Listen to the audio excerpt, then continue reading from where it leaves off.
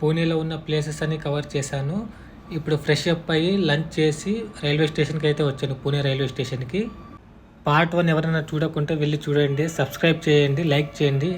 ఇప్పుడు పార్ట్ 1లో అయితే పూణేలో ఉండే ప్లేసెస్ అన్ని కవర్ చేశాం కదా. ఇప్పుడు పూణే నుంచి ఔరంగాబాద్కి అయితే ట్రైన్ అయితే ఉంది ఇప్పుడు ఈవినింగ్ టైంలో.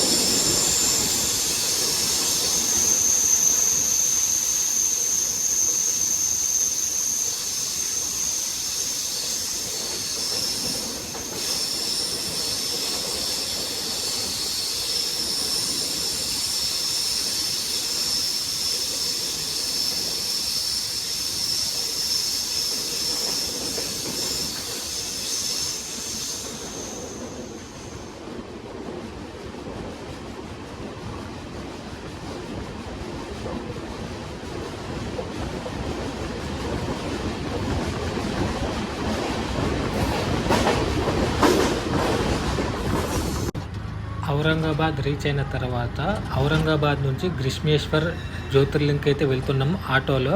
ప్యాకేజ్ తీసుకుంటే బెటర్ నాకు తెలిసి ఈ లొకేషన్లో. హోటల్ వచ్చేసి నియర్ టెంపుల్ దగ్గర అయితే తీసుకున్నాను కదా, 12 అవర్స్కి 1000 రూపీస్. అక్కడ రూమ్లో ఫ్రెష్ అప్ అయ్యి ఇప్పుడు టెంపుల్కి అయితే వెళ్తున్నాను. ప్యాకేజ్ వచ్చేసి 1500. 7 ప్లేసెస్ అయితే కవర్ చేపిస్తారు. బస్సులో వెళ్ళామంటే లేట్ అవుతుంది, మళ్ళీ బస్సు టైంకి ఉంటుందో లేదో తెలియదు, అందుకనేసి నేను ప్యాకేజ్ అయితే తీసుకున్నాను. ఫైనల్గా గ్రిష్మేశ్వర్ టెంపుల్ దగ్గరికి అయితే వచ్చేసాను.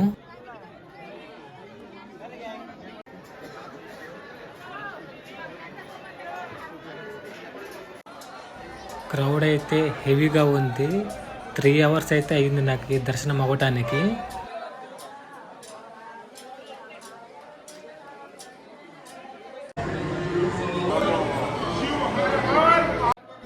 దర్శనం అయితే బాగా అయ్యింది.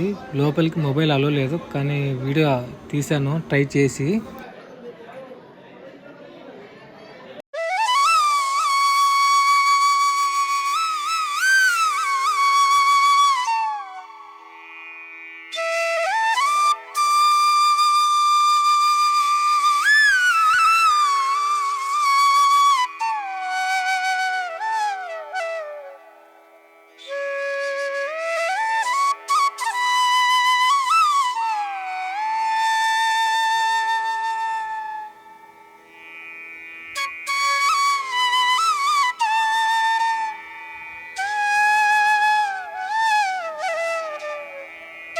గ్రిష్ణేశ్వర టెంపుల్ వచ్చేసి మహారాష్ట్రలో ఔరంగాబాద్ నుంచి 30 కిలోమీటర్ దూరంలో ఉంది.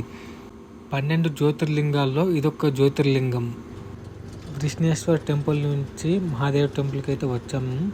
ఇక్కడ 2 టెంపుల్స్ అయితే ఉన్నాయి ఇక్కడ.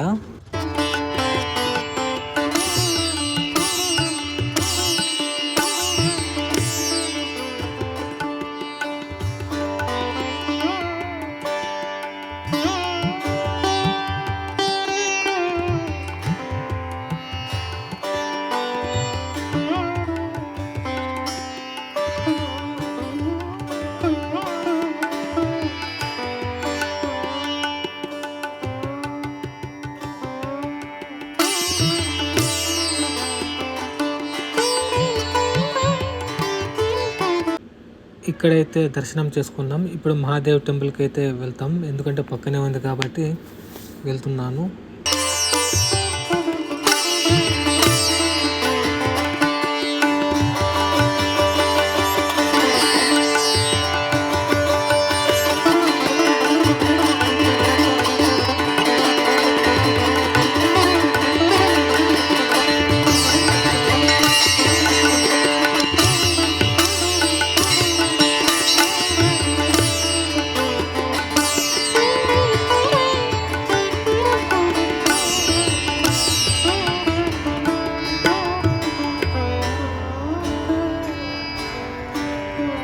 ఇప్పుడు మహాదేవ్ టెంపుల్ నుంచి తీర్థకొండకి అయితే వెళ్తున్నాం. ఇప్పుడైతే మనం తీర్థకొండకి అయితే వస్తున్నాం.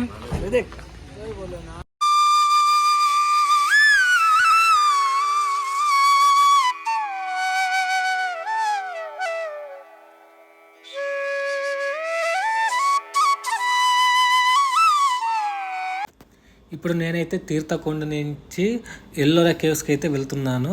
900 మీటర్స్ దూరం ఉంటుంది డిస్టెన్స్. ఇప్పుడు నేను ఎల్లోరా కేవ్స్కి అయితే వచ్చాను. 40 రూపీస్ ఎంట్రీ టికెట్. ఆ టికెట్ మీరు అలాగే పెట్టుకోండి, పడేయకండి. ఎందుకంటే ఎగ్జిట్ అయ్యేటప్పుడు కూడా స్కాన్ చేసి పంపిస్తారు బయటకి.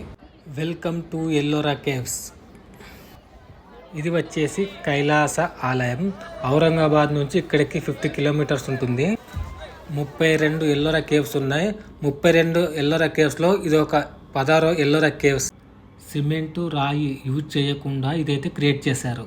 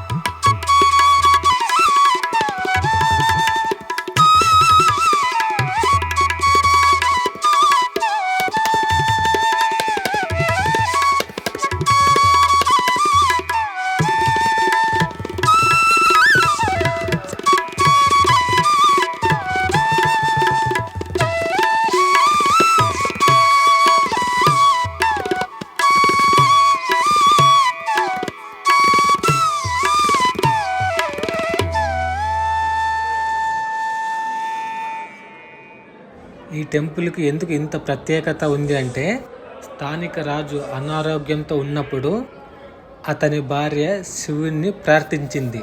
రాజు ఆరోగ్యంగా కోలుకుంటే నీకు గుడి కట్టిస్తానని మొక్కుకుంటుంది. గుడి కట్టించే వరకు నేను ఉపవాసం ఉంటానని మొక్కుకుంటుంది. తరువాత అనారోగ్యం నుంచి రాజు కోలుకున్నాడు. కోలుకున్న తరువాత మొక్కు తీర్చేందుకు గుడి కట్టివ్వాలని కళాకారులను పిలిపించారు. కొండను తొలగించి గుడి కట్టండి అని రాణి చెప్తుంది.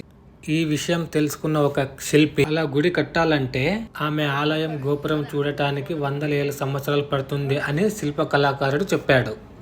సో గుడి కట్టడం స్టార్ట్ చేస్తారు. కింద భాగం నుంచి చేస్తే లేట్ అవుతుందని పై భాగం నుంచి చెక్కుకుంటూ వచ్చారు.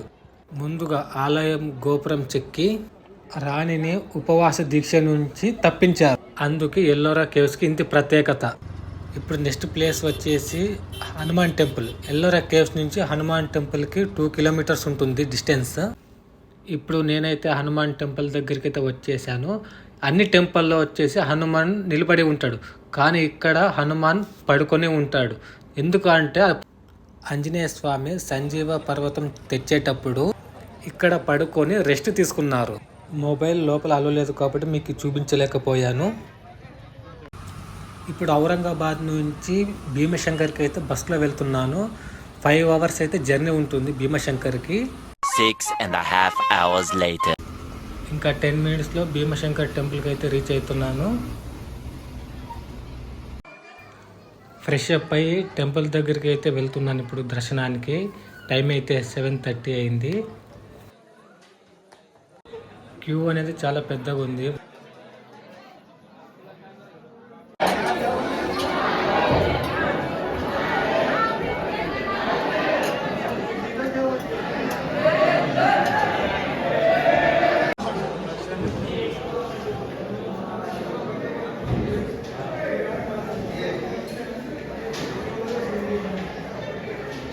ఫైనల్గా అయితే మనం భీమశంకర్కి అయితే వచ్చేసాం. దర్శనం అయితే బాగా అయింది.